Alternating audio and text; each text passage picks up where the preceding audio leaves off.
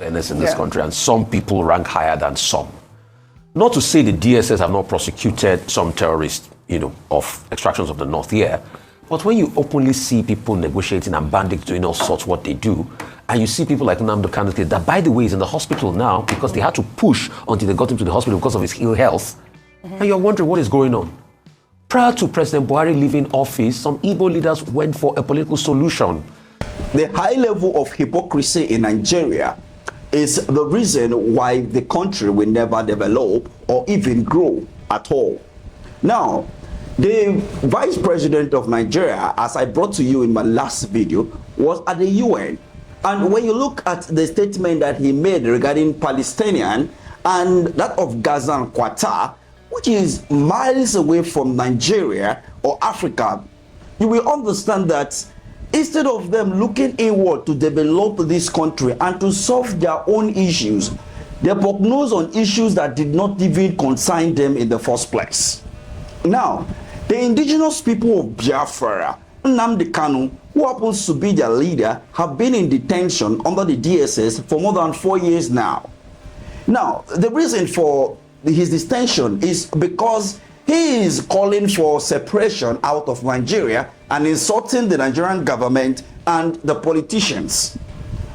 While he was arrested, according to them, unlawfully and brought to Nigeria, there have been a lot of calls for his release, even down to the Supreme Court.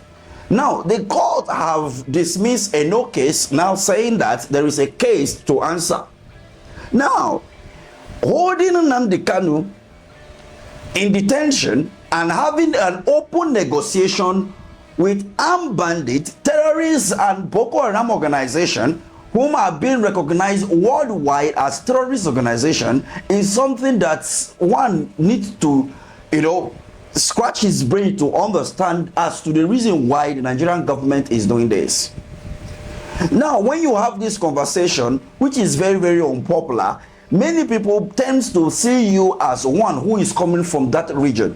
You must not be a Southeasterner to look at black, and before you call it black, you just have to be a normal, sensible human being to see red and actually say this is red, not white.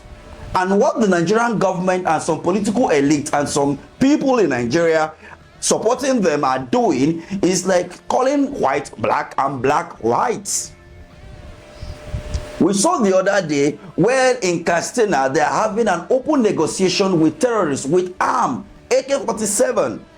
But back here with the Southeastern leader whom they have declared a terrorist and have never been seen with a gun before, so is under detention and under persecution by the government. Now, the Nigerian army sentenced 2 or 3 armed officers to life imprisonment and as well as 15 years imprisonment. And this is because those guys are alleged to have aided the enemy in the attack against the Nigerian people and the Nigerian army. According to the information, they said that they have been doing what they call arm racketing, meaning they have been selling Nigerian armed to those bandits and Boko Haram.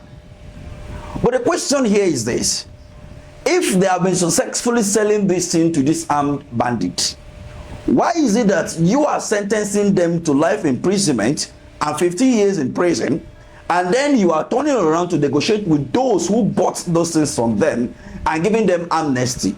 Does that make any sense?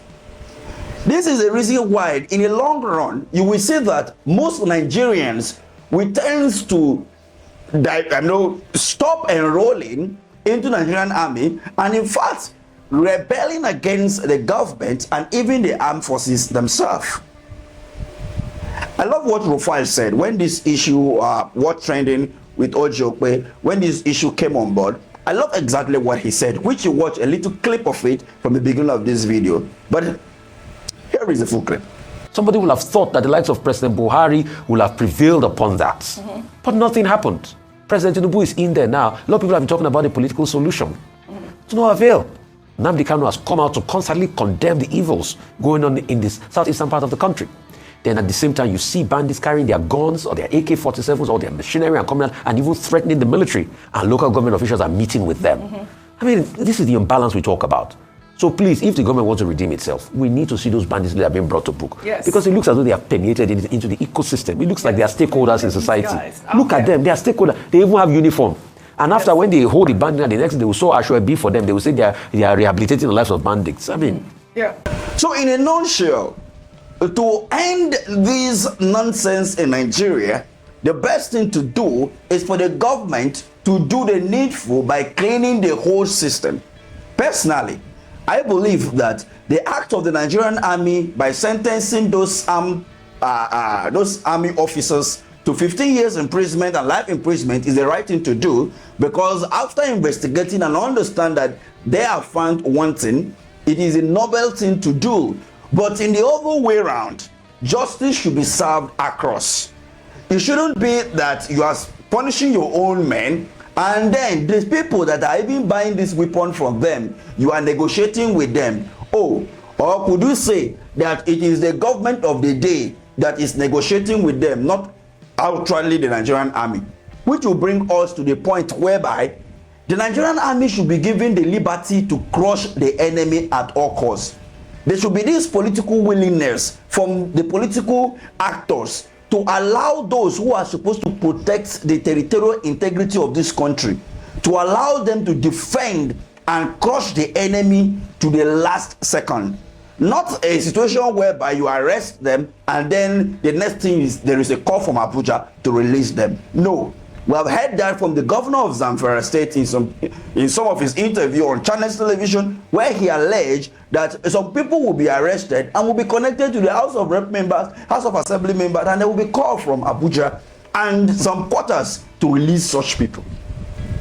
Until we have a political willingness to end this terrorism will become something so difficult to do, and it will continue like this until the coming of Jesus Christ.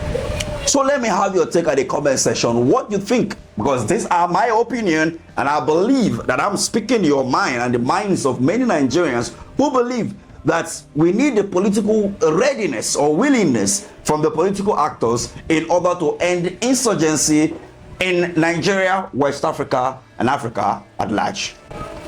And this is my message to the President of the United States, the President of France, the United Kingdom, the Chancellor of Germany. If you think that the insecurity in Nigeria and West Africa is something that never bothers you, then just wait. When Nigeria is overrun by the terrorism, Al-Qaeda, Al-Shabaab, and the rest assured that they will come after you. Nigeria have what it takes to take this whole earth down in seconds. The human resources are there. They have the mineral resources. They have everything. So imagine the Al-Qaeda, the Al-Shabaab, the whatever in Nigeria. Imagine taking over the government of Nigeria. Imagine capturing the whole country. Imagine controlling the resources in Nigeria. Just imagine controlling both the oil, the gold, the diamond, the whatever resources, embedded the gas in Nigeria. Just imagine. And look at how the world will become. You think you're saving your country?